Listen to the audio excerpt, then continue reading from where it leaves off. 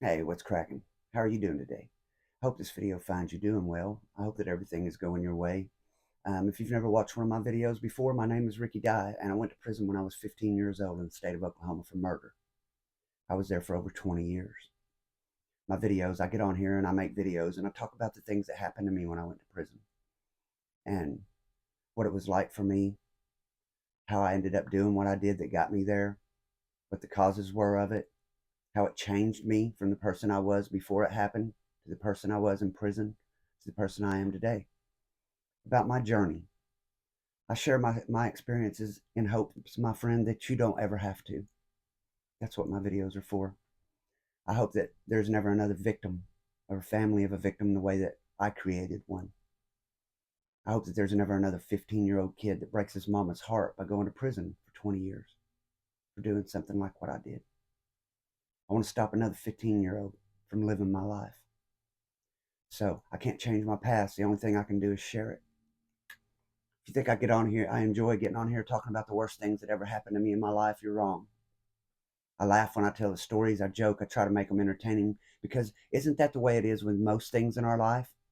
The worst things, when we look back on a lot of it, we laugh later. We laugh to keep from crying because it's definitely not funny in the moment. It's not funny when it's you. We want to read a good book. We want to read a story. We want to see the hero tested. We want to see him nearly killed. And then we want to see him come back, overcome, and rise above it all. That's what we want to see. We want to be the hero, but we don't want to face the things the hero faces, do we? Not that I was a hero, because I'm no hero at all. I was just a kid that made a terrible, terrible mistake, and I'm trying to share it in hopes that it doesn't happen to someone else.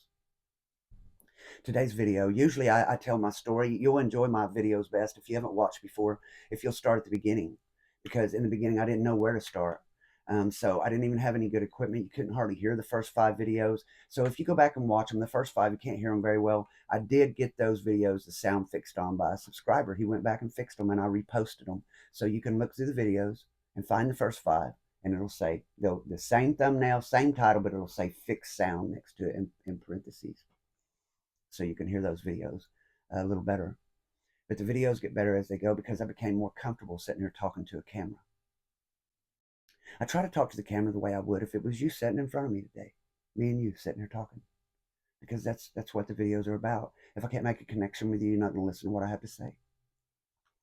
So today's video, usually I tell my stories in order. That's why I say start at the beginning. I start at the beginning with what happened, why it happened, being certified as an adult, sent off to prison with a grown man. I tell the stories. I tell what happened, tell it as it went. But a lot of things I didn't tell in order. I forget things. I rush through my story, and now I have to go back and tell a lot of stories that I forgot. And you'll find those in the stories playlist, uh, where I kind of jump around.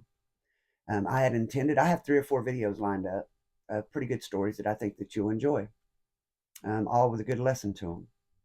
But because of the things that have gone on with me the last week, this video is going to be completely different. And before this video is over, I may be screaming at the camera and cussing, though it is not my intent, or I may be in full-blown tears. I am not sure how this video will go, but this video has to be made. And so I put my other videos off in the place of this one. And this video is about the things that have happened to me since last Saturday. I was doing well. I was posting a video every few days. You guys were commenting that, wow, I was really knocking them out. Because of my mental health, when I tell my stories, when I sit here and talk about the things that happened to me, I relive it. I'm back there. And I suffer from racing thoughts. And so when I tell you those stories and I relive them, it's not it for me when the camera goes off. That's the beginning of it for me. Because then I start replaying that memory over and over in my head. What I could have done. I could have done this. I should have done that. I wonder what this person thought. I wonder what that person thought.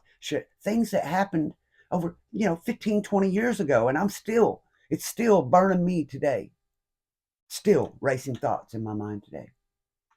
I suffer from complex post-traumatic stress disorder, bipolar, night terrors, and racing thoughts. So that's the basis where my story starts today. But if you keep up, I do have a prison story that's going to fall right in the middle of this story. So a lot of you guys over the last year, through the comments, through messengers and phone calls, I've got to know a lot of you guys. So I know a lot of you guys have been right in the spot I'm in today. You have felt the way I feel. So let me begin by telling you that I tell you to pick up your blessings. Every day you have a choice to pick up your curses, all the things that are bad in your life, or to pick up your blessings, the things that are good in your life. You have that choice. It is given to you to decide how your day will go. You can't control what happens around you, what other people are going to do. You can only respond. You can only react. That's your only choice. And you can choose to react with a positive attitude, choosing to decide that today I'm going to be happy and damn you all. I don't care what the rest of the world does. I'm going to be happy one way or another. You have that choice to make that decision. And so I tell you that every day is a blessing. And today is a blessing for me, but it does not feel like one. Today is a very bad day for me. And the last several days have been very bad for me. It's why I haven't posted a video. I do not like to get on here upset, but it is important that I share this with you. Now, this, I know a lot of you people have went through what I'm about to talk to you about. I was sitting here. You know, I love to get together with my family. That is my favorite thing to do. If I'm not going crazy in my mind, I like to get around my family, man. I love my family, man. So before I went to prison, we used to have these big family get-togethers, as I'm sure a lot of you did before social media became such a big thing. Families used to get together on holidays, used to spend time together. My family used to go out and have a bonfire, and everybody gather around the fire. And really wanted to do that. And my cousin invited me to come out, and we're going to have a little cookout and get together. And my mom tells me, well, she wouldn't go out there with them. It's not the same as going to Christmas or Thanksgiving, son. You ain't been out here around them. So they get out there and they get to drinking and they get to fighting and stuff. And I don't want you out there in the middle of that, son. Well, she don't want me out there in the middle of that. And let me tell you why. My mom is one of the few people who fucking understand me. Okay? The difference is this. You grow up out here and you get drunk and you get fighting, hit each other a few times, and tomorrow you get drunk again together and you're still buddies later on. I can't fight for fun. It's too serious with me. I don't want trouble with a midget, man. I don't want trouble with a giant or a midget. But be you giant or midget, if you fuck with me, I'm going to try to put you in the ground. You understand? If it's serious enough that you're going to put your hands on me and try to hurt me, I'm going to plant you, man. Now, whenever I got out of prison and I weighed 205 pounds and I was all muscled up, I thought I could whoop every man I seen. I did. Damn sure believe that. And I could go all day, never been knocked out, could run miles, could hit hard, spent 20 years in prison, and I got out here and I was set to make an example, baby. Because when you get on a new yard in there, that's what you do. That's why I got a trash can. I beat a motherfucker up under the poker table with it. Then sat in the middle of the poker table and said, if I can't play, nobody's playing in this motherfucker. I acted out in the day room to show everybody that it was best to leave me alone. You project strength to avoid conflict. Okay? You maybe don't want to do these things, but you make it evident that you will in hopes that you don't have to. So after years of living this way, when I get into it with someone, doesn't matter if they're 3 foot tall or 10 foot tall, my natural instinct's to grab my knife. I've gotten into arguments with people and I'm gonna get that motherfucker. My wife be trying to calm me down and I'll grab my knife. She said, what you got your knife for? What do you need that knife for? And I think, I don't know. I don't really need this knife. What do I got this knife for? I don't need the knife. But if you're a midget and I know I can whoop you, if you push it that far, I'll probably use my knife. So keep your motherfucking hands off of Ricky Dye. Understand?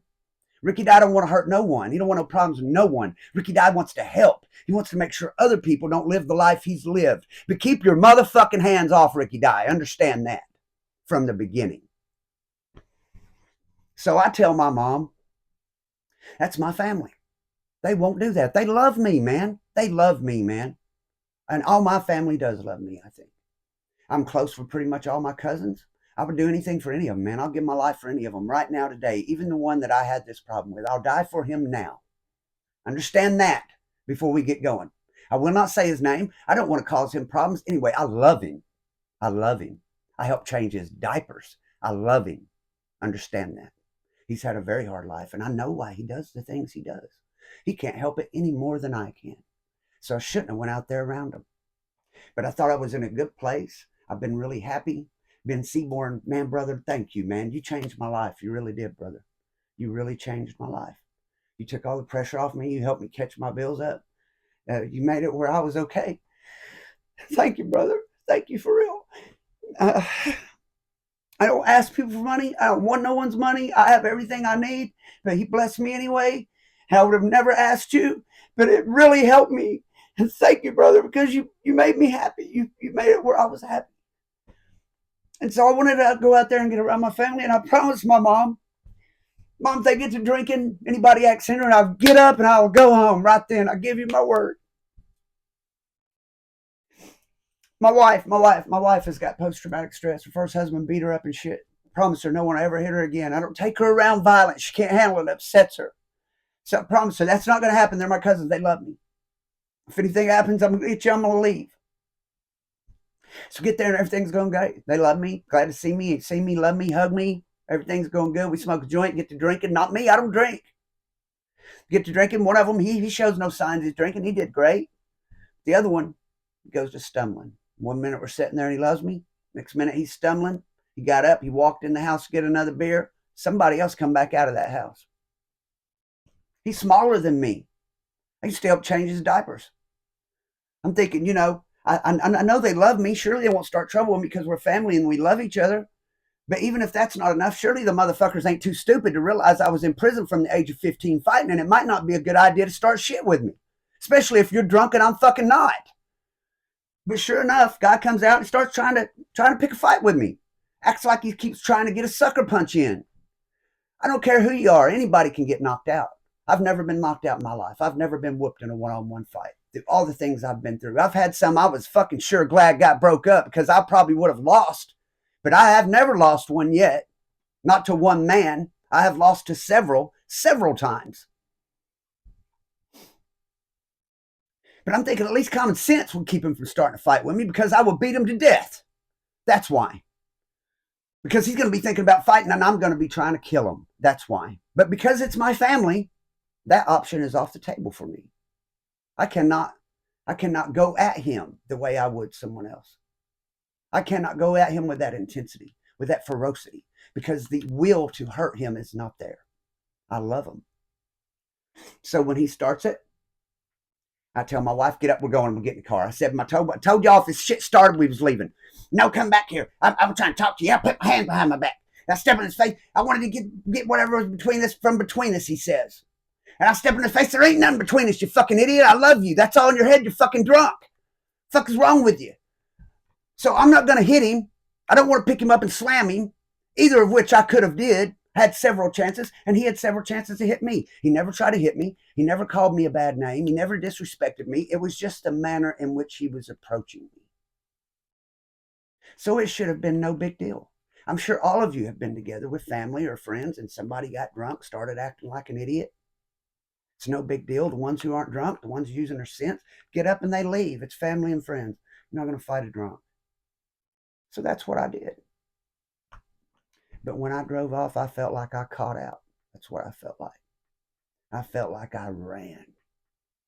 And I'm going to tell you why. When I was getting ready to go, you ever been in a group, in a situation where you see two guys arguing and fussing and they're screaming at each other, but neither one of them trying to fight. But then you get other people in between start grabbing them, and now all of a sudden start acting like trying to get each other. All that shit. So they grab him, and he starts acting like he's trying to get to me. So I don't get I'm just standing at the car door. I ain't getting in it. I said, you ain't got to hold him. Let him go. If he puts his hand on me, I'll put him on his back 10 out of 10 times. And I got in my car and I drove off. But it ate me up all night long. All night I couldn't think about nothing else. The more I thought about it, the madder I got. The more I thought about it, the madder I got. And the madder I got. And by morning, my nerves can't handle it anymore, man. By morning, I was throwing up. And I spent all day throwing up. And I spent the whole day in the hospital in the emergency room. They give me a round of 4 or 5 shots trying to calm my nerves down, trying to get me some Ativan. So whenever I was first out of prison, my biggest regret since I've been out of prison is the way I acted when I got out. So I've made a lot of mistakes since I've got out. Let me say that. Made a lot of mistakes. It was easier for me to go to prison at 15 than it was for me to get out at 35. It's harder when I got out than it was when I went in. And that's a God's honest truth. You think that you go and you do your prison time, and when you get out, it's all behind you, but it's not. You're not going to be able to get a decent job. You're not going to be able to do hardly anything. All the guys that I know that were in prison with me, most all of them are struggling. They're selling drugs or they're back in prison because they cannot make it out here because no one will give them a chance. And so that's what, once I've got my story told, I've got a lot of ideas for videos. I'm not going anywhere. But what I'm going to use my platform for is to help those people who have went in, who have done a bunch of time, who've got out, who are trying to do right, who are trying to be a good citizen, but no one will give them a chance. I'm going to put them on here. I'm going to have them tell their story in hopes that somebody out there watch and give them a chance. That's what I'm going to use my platform for. My platform is to try to keep other people from making mistakes like I did. And today's video is going to try to help someone else too. Just let me get there. So when I first got out, like when I told you in prison, like throwing a big fit in the day room, screaming and hollering, trying to fight people to show, projecting that strength. When I first got out of prison, I thought I needed to do that out here. I did it when I went to the hospital. If I went to the emergency room, I thought I needed to be the loudest and make the most noise and draw the most attention so that I would be the one to get help. Like a crying baby, I guess you'd say. I think that when you go to prison when you're young and you're in there all those years, you get conditioned that the one who makes the loudest noise is the first one that gets the attention, just like a baby. And I try, even though when I'm blinded by rage, because I get blinded by rage, to still have that little part of Ricky Dye down in there that tries to think logically. And that's the only thing that saves me. But some people don't have that little piece down in there. Some people don't have the mother that I have, the wife that I have. All week long, I've been locked in my house. I'm locked in my house right now. Because if I go down here to the store and someone gets sideways with me, I'm going to jail. But I'm not going to jail because I can't go back to jail. I don't have another day in me. So they're going to have to shoot me down. We're going to hold court in the street this time. Understand? So that's why I'm not going to put myself in that position. So I'm locked in my bedroom. But do I want to go hurt someone? Absolutely not. I don't want to hurt nobody, man. That is the rage talking. That's the anger. The piss on all of it. I don't give a shit what happens to me. I'm going to get at this fucking dude. You know what I'm saying? Because that is what overcomes me from out of nowhere. And when that happens, the only thing that calms it down is imagining my mother's face when she finds out what's happened again. After everything that I've done to that woman, there's no way I'm putting her through it again. Not again. No. I'm not going to do it to my wife.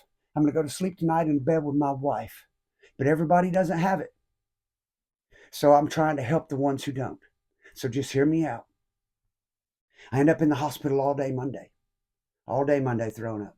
So give me like 10 different shots to calm my nerves down. Tell me, call your doctor. And you get in touch with your doctor tomorrow. Make sure he refills your Ativan. Get you calm down. You don't need to keep sitting there with your mind just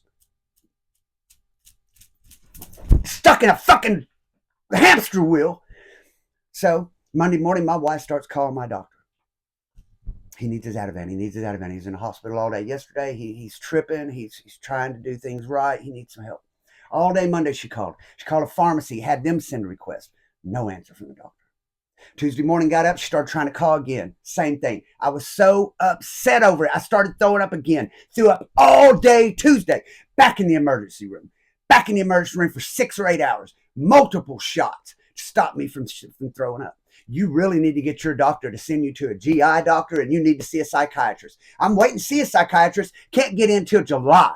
When someone is suffering a mental health crisis, they can't wait several months to take care of it. They need fucking help today. God damn it. When you see that shit on the fucking news that some kid went and shot up a bunch of motherfuckers, or some dude shooting at the police and they had to kill him, but he has mental health problems, don't you think it would be a little better to call in a fucking prescription than to put them on the fucking news and have all these fucking people hurt? What the fuck, man? So I'm locked in my goddamn house because I can't get no fucking help. So Tuesday, I throw up all day. Wednesday, we spend all day calling again. Thursday, we spend all day calling again. Friday, I get up this morning hoping and praying. It makes it worse because you're already going through all this shit. But now you got to call every little bit, see if your medicine's there too.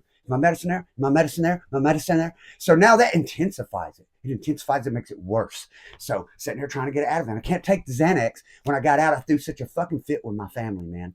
I showed out around my family.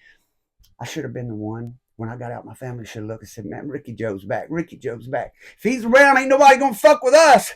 Well, our protector's back. I should have been the great fucking protector. And instead I was a fucking threat. They didn't want to be around me because they didn't know which Ricky they'd fucking get. And so they were nervous to be around me, man. I did that. My greatest fucking regret since I get out is the way I treated my fucking family. The way I treated my family. And it all goes back to when I was 15. Trying to fit in with my friends. Worry about what my friends thought. Embarrassed because I was poor. So I'm going to run off and run away from home and rob a store because I ain't getting along with my mom. In a video with Chad. Said I had a good upbringing, but I had problems with my mom. And they said it's a contradiction. Is it a fucking contradiction? Is it? I was put through school. I was made to go to school. I had clothes on my back. I was fed every day. I wasn't abused. I was tucked to church by my mother and my grandmother. I didn't have a dad, but my mom tried to do both. And so if you ever seen a single mother try to raise 3 boys, you'll understand where the trouble came from. Because boys, when they get grown up, they need a man's hand over them. They need a man, not a little woman trying to raise 4 fucking kids by themselves. They need a man over them. Or else a boy gets to the age where he starts thinking he don't have to listen to a woman anymore. And there's the problem between me and my mom. It wasn't my mom. It was fucking me. It was my problem. Understand? But maybe I needed mental health treatment way back then. I am sure that I did. But instead, I go off to prison. I get out. I get out here and act like I'm tough around my family. Some of them I still can't hardly look in the eye because of the way I acted. Give my life for them today, and I treated them that way. Especially my little brother, dude.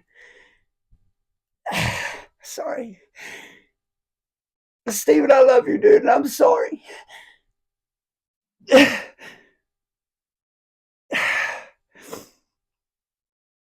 So the point of this video, finally, after trying to get hold of my doctor since Sunday with one urgent message after another, this morning, after waiting all week for those meds, my wife called the pharmacy and they said, we got a message. They're not refilling them until he has an appointment. They didn't call me and tell me to make an appointment. Sunday, I threw up all day. Monday morning, I told them, hey, if you need me to come up there Monday, I'd rather come up and see you than go back to the emergency room. But they wouldn't answer me. So Tuesday, I was in the emergency room. I tried Wednesday to go up there. I tried Thursday to go up there. My doctor still hasn't called me and told me to come up there.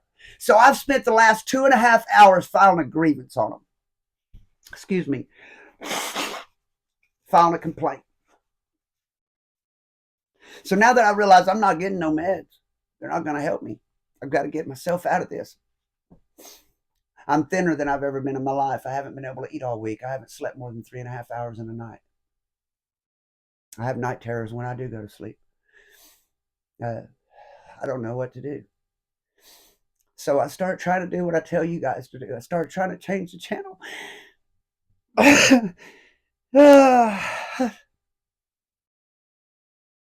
I try to pick up my blessings. And I turn to my over 3,000 friends. Because everyone doesn't have 3,000 friends. Everyone doesn't have a mom like me or a wife like I've got. Because you guys watching the videos, sharing them, liking them, commenting, watching the commercials.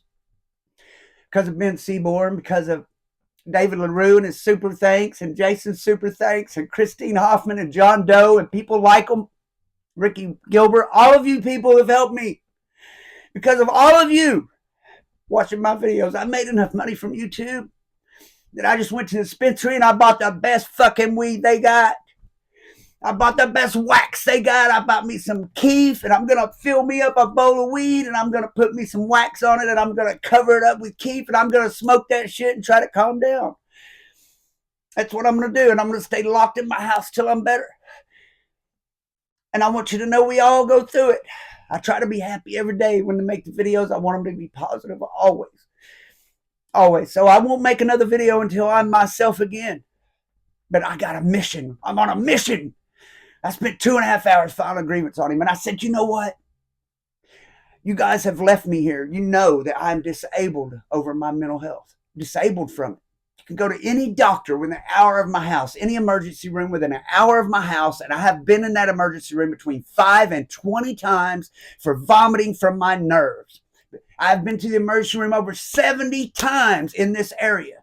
It is well documented. I'm disabled because of it. It's not my opinion. The government sends me money and tells me to stay fucking home because of my mental health. And I can't get a doctor to return a fucking call. Won't even answer me. So I told him, you know what? Everyone doesn't have the support system I have. Some people will just say, fuck it. They'll go kill that motherfucker that they have the problem with. And maybe his family tries to help and they kill the family too. And then the police come and maybe he gets lucky and kills one of the police, or he feels lucky that he killed one because he's lost his fucking mind, even though there's nothing lucky or good about killing any fucking body. And then you end up dead and you're on the news. And it's all because the doctor would not give you your meds. Does that make it okay? Well, that's just sad. We need to do something about it. Well, we're going to do something about it. I want you to go and Google Jacob Tips, T-I-P-P-S. Google Jacob Tips in Edmond, Oklahoma, Integris Bass. And I want you to go on Google and give him a 1-star review. 1 star. You don't have to say a word. Give him 1 star. Jacob Tips, Edmond, Oklahoma, Integris Bass. The reason I want this done, I was going to OU. All you guys know that I would be making videos all the time. I get sick. A lot of you people know about this. It's been watching the videos for some time. I was going to OU, man, and I would set up these specialist visits to go get these referrals to the GI doctor and a psychiatrist, and it come time to see them all to OU, and then they'll cancel the appointments and put them off for another month or two. And I really needed to see them. So I got tired of going through it. So I fired every fucking doctor I had at OU, started over at Integris Bass. I went up and seen Jacob Tips. We sat and talked for about 30 minutes. He listened to everything I had to say. I explained to him everything I've told you. And when I am in times of distress, I may need his help. He said he would be there for me. This Tuesday, finally, the emergency room did the GI referral because he won't and hasn't in the last 2 months. If someone is throwing up all the time, they probably need to see a GI doctor, right? But they'd rather put me on Social Security and have me stay in my fucking house than help me get well so I can have a fucking job. Okay? So it's all fucked up, man. They don't want me to do better. They do not want me to do better, period. I fucked up when I'm 15. I ain't paid enough. I need to keep paying for the rest of my fucking life. But lucky for me, I have you guys. So I said, I'm going to tell you guys what I'm going to do. I don't have millions of subscribers. But I make videos about the bad things that I did in my life and the mistakes I made in hopes of saving someone else making them. And the worst mistake I've made is coming up here to Jacob Tips, and who has left me in a mental health distress for a week now and not even responded. He hasn't even returned my call. Still has not returned my call. Ain't even called me back to tell me you need to come up here and see me or anything. No response whatsoever. Hey man, I'm losing my fucking mind. Try not to hurt people. I'm locked in my fucking house. I need some meds. Can't eat, can't sleep. Been in the emergency room twice. Not even a call back, man. I don't ever want anyone else going to Jacob Tips and being in my position. I never want to see another guy with post-traumatic stress because he was in the military or because he was in prison, and he's trying his best to do right, trying his best not to hurt anyone or himself, trying his best to get help, goes to the doctor won't even answer his call. That man should not be a doctor. He should not be in the position he's in. And so I want you guys to go and give him 1 star for me. I don't ask anybody for money. I don't ask you to do a lot for me. Give the man 1 star for me. I would really appreciate it. I promised a little short prison story before it's over, so here it comes. I was at Granite the last time I was at Granite. And this is mental health. When you send someone to prison, okay, so a lot of people, you hear people file insanity and all these things. So they need to make a decision whether a person is mentally healthy enough to go to prison. Because prison is not set up for people with mental health. Understand that. Prison is not about making you better. It's not about rehabilitation. It's about retribution. You fucked up. You done something bad. We're punishing you for it. Good enough. I don't have a problem with that. I know what I did was wrong. I deserve to be punished. I accept it. Okay, it's all good. But people who have mental health problems, they don't understand why they're being punished this way. They don't understand they've done something wrong. They can't help the way they feel and think. So there's a black guy on the unit, and they don't have no way to treat this man. He should not be in prison. He should be in a mental health facility. But they don't have nothing to do. They don't know what to do with him.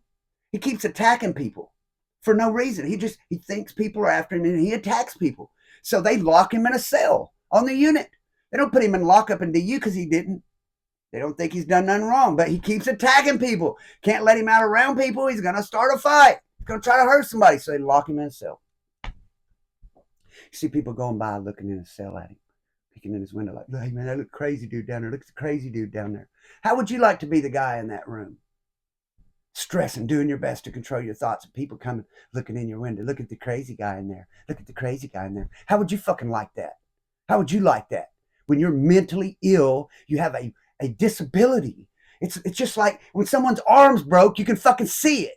But when someone's mind's broke, you fucking can't. You have to pay attention to how they act, their actions. If something's not right, if you're right, you should be able to fucking see it. So they got this guy, they lock him down all the time. He's no one, everybody fucks me. I felt sorry for that fucking dude, man. I never went and peeked in on his fucking window because to me it's disrespectful. But whenever they come and get him one day, 2 guards, they get him. Usually they'll cuff you up if a couple guards got you, but he hadn't done nothing wrong. They're taking him to medical. 2 of them they walk him across the yard to go walk into medical. 2 guys, 2 guards. So we're locked in the day room, and right there where this door opens, come in and out of the day room, there's bars all over the whole window, but you can stand there and see out. There's a big old plexiglass window where the door's at. The door itself is plexiglass. So I'm standing there looking outside in the day room, and they're bringing this dude back. And this dude looks at me and locks eyes with me, and man, it's something in my soul. I just told me this dude is going to start a fight with me. We just looked at each other, just made eye contact. And I felt it that he was thinking that, and I tried to look away to avoid it because he's not because I'm afraid, because he has mental illness. I want to fight that guy. For what reason? So I'm thinking he's going to fucking take off on me, man. And I moved away. I kind of stepped to the side of the door, and they brought him in. And sure enough, dude, as soon as that motherfucker stepped through the door, he started swinging at me.